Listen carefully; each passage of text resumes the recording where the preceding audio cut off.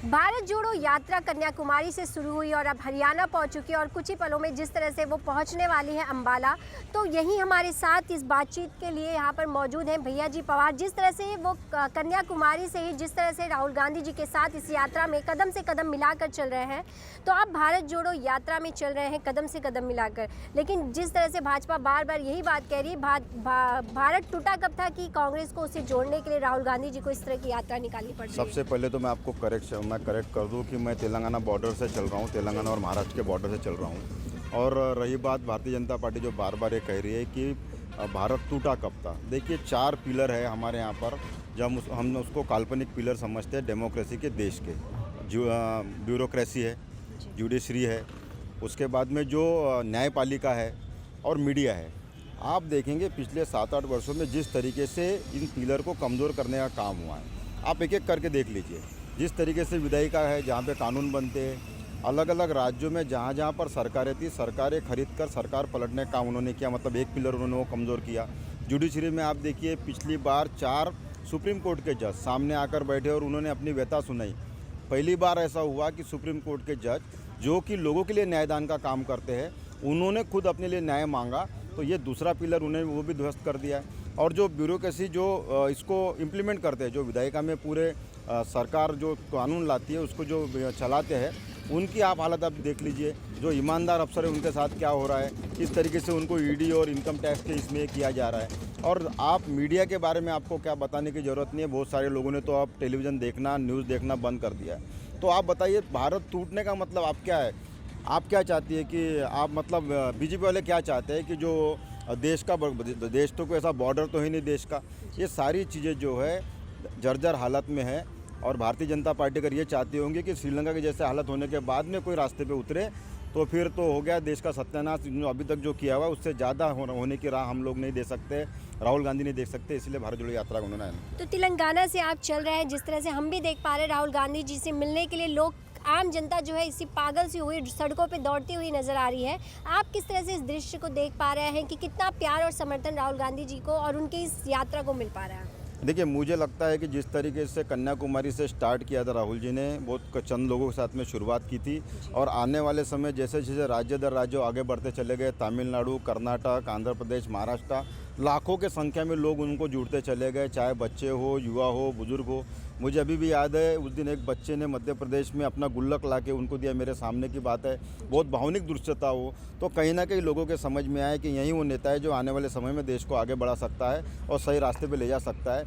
ये नेता ने कभी भी इतने वर्षों में लगातार हार, आपको पता है कि लगातार कांग्रेस पार्टी ने हार बर्दाश्त की है। कई राज्यों में 8 से 9 राज्यों में बनी हुई सरकारें कांग्रेस की नेस्तनाबूद की गई, उनको ये किया गया, लेकिन कभी भी राहुल जी ने झूठ बोला, ऐसा एक उदाहरण भारतीय जनता पार्टी नहीं दे सकती है या देश के सामने नहीं है। तो लोगों के सामने जो एक राहुल गांधी जी की छवि को लेकर लोगों के अलग था, लेकिन अब जो जनता कह रही है उनकी जो छवि हमें दिखाई गई थी, लेकिन वो बिल्कुल उससे अलग है जब उनको अपने सामने पा रहे हैं। तो आप क्या मानते हैं कि उनकी छवि और इस समय कांग्रेस और कितनी ज़्यादा मजबूत होगी इस यात्रा के बाद? चाहे हिंदू महासभा हो, चाहे उनका भारतीय जनता पार्टी हो, इन लोगों का एक मोडस ऑपरेंडी रही है कि इन्होंने सिर्फ नेताओं की बदनामी करने का काम किया है, उनके इमेज को तोड़ मरोड़ के पेश करने का काम किया है। दूसरा, इनके पास में इन्होंने कुछ नहीं किया। आप पिछले कई सालों पीछे चले जाइए, आज़ादी के पहले भी चले जाइए।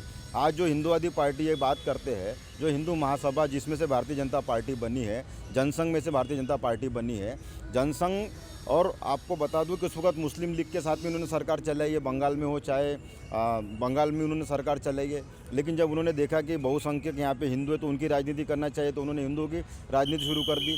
सबसे बड़ी बात यह है कि इनको हिंदू मुस्लिम से कोई लेना देना नहीं है।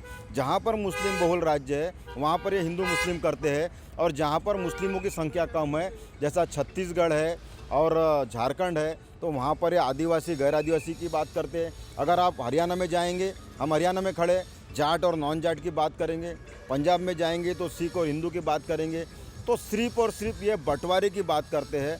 इसीलिए ये कहना भी गलत है कि हिंदुओं की पार्टी है, इन्होंने हिंदुओं से कोई लेना देना नहीं है। अगर हिंदुओं से इन्हें लेना देना होता तो जिन्होंने बात करी कि 2 करोड़ रोजगार हम साल के देंगे, मैं पूछना चाहता हूँ 5 और 6 लाख रोजगार इन्होंने दिए हैं, लेकिन नोटबंदी के काल में कम से कम करोड़ों की संख्या में रोजगार छीने गए।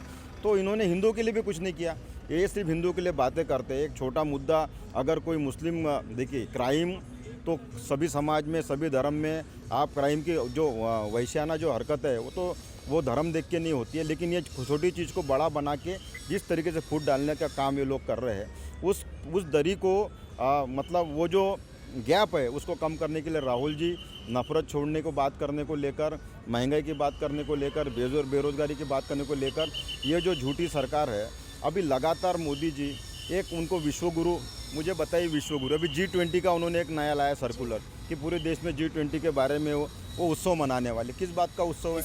इससे आप नहीं खुश हैं? इसके पहले इंडोनेशिया था, हमारे बाद में साउथ अफ्रीका होने वाला है, ब्राज़ील होने वाला है। इसमें इतनी बड़ी बात कौन सी है? तो रूटीन मामला है। लेकिन G20 में नाम आया है, भारत भी इस बार है इसमें। देखिए ये रूटीन चीज़ें हैं। हमने इसका उत्सव मनाने लायक इसमें कोई चीज़ नहीं है। इंडोनेशिया ने उत्सव मनाया था क्या? इसके पहले जो राज्य थे, जो देश थे, उन्होंने उत्सव मनाया था क्या इस बात का? मतलब इवेंट बना के लोगों को बरगलाना और मुख्य मुद्दों से ध्यान भटकाना, ये इनका सिर्फ काम है और जनता ये समझ गई। इसीलिए राहुल जी की तरफ एक आशा की नज़र से पूरा देश देख रहा है। आपको राहुल गांधी जी के साथ देखा गया, आपकी कुछ तस्वीरें भी सामने आई है, सोशल मीडिया पर भी हमने देखा है। आप किस तरह से उनसे चर्चा हो रही है? क्योंकि अभी इतनी ठंड है, सभी जैकेट में नज़र आ रहे हैं, लेकिन वो टी शर्ट में ही नज़र आ रहे हैं, उन्हें ठंड नहीं लग रही है, जिसका जवाब लोगों हर किसी के पास यही सवाल है कि उन्हें ठंड क्यों नहीं लग रही? देखिए राहुल जी ने साफ कहा है कि जब उन्होंने ये नहीं कहा कि मैं कभी टी शर्ट में रहूँगा या मैं टी शर्ट ही पहनूंगा। ये तो बिना वजह भारतीय जनता पार्टी उसको मुद्दा बना रही है, क्योंकि भारतीय जनता पार्टी के पास में भारत जोड़ो यात्रा के लेके खिलाफ में बनाने के लिए, मुद्दा बनाने के लिए कुछ नहीं है।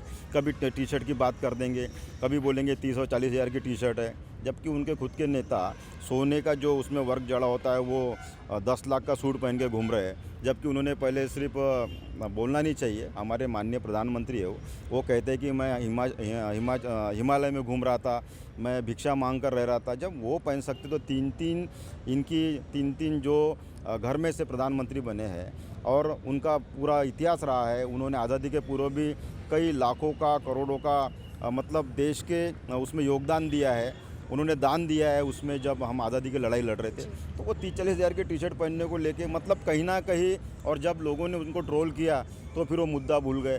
तो भारतीय जनता पार्टी का इसमें बोलने के लिए कुछ नहीं, नेताओं के पास बोलने के लिए कुछ नहीं है। अभी उनको समझ नहीं आ रहा है कि इसको किस तरीके से काउंटर करें, तो छोटी मोटी चीज़ों को लेकर वो चल रहे हैं। तो जिस तरह से राहुल गांधी जी को टी शर्ट को लेकर टारगेट भाजपा ने किया था कि वो 45 हज़ार की टी शर्ट पहन के चल रहे हैं, उस पर भी भाई जी पवार ने कहा कि वो पहन सकते हैं, लेकिन भाजपा मुद्दा बनाना चाहती है। उन्हें किसी ना किसी तरह उन्हें कोई पॉइंट चाहिए जिसको लेकर वो ढूंढ रही है, लेकिन अब इस बार उन्हें ऐसा कुछ भी नहीं मिलेगा। बस आप हमारे साथ ही बने रहिए आगे और भी खबरों के लिए। आप देख रहे हैं सक्षम न्यूज इंडिया, सबसे पहले सबसे तेज।